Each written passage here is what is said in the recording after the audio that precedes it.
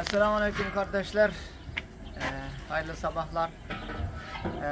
Şimdi Hatay'dayız. Kaç gündür Hatay'da köyler arasında dolaşarak buradaki depremzedelerine sıcak yemek dağıtıyoruz. Bugün de Hatay'ın Bohşun köyündeyiz.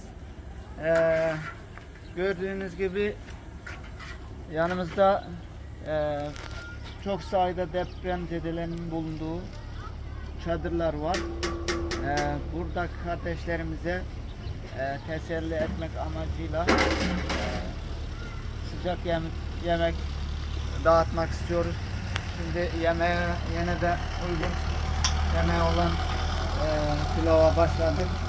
İnşallah hazır olunca buradaki depremzedelerine sunacağız.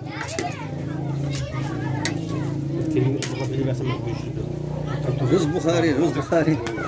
Ha uzun gurcu olmasa ben de resmi ona da bakıyorum. Esselamu Aleyküm. Aleykümselam. Pilav nasıl buldunuz?